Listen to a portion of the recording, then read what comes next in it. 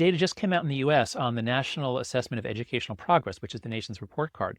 And the big news was, look at the big drop since COVID. COVID restrictions, we had kids were out of school.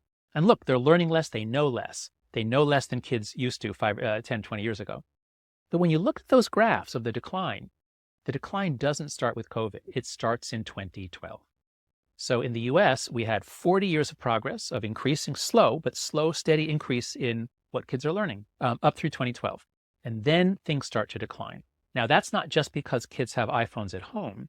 It's because that's also when iPads and Chromebooks come flooding into schools. The tech companies want the kids to have this because they want to get the kid on their system for life.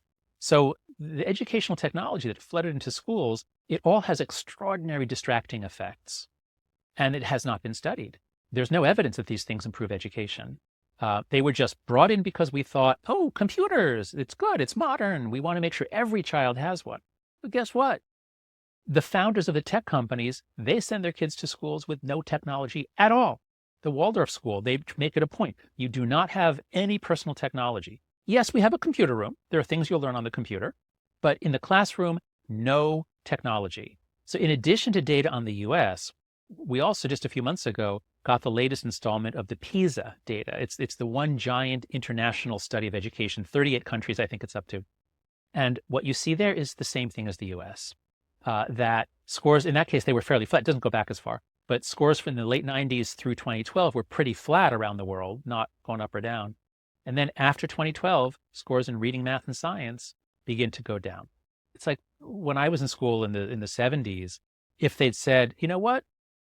If you want, you can bring in your television from home and your walkie-talkies. You can bring your record player, bring in whatever you want, put it on your desk. You can use it during class. Like, that's completely insane. How could you learn anything? But when a child has a smartphone in their pocket, that's what they have.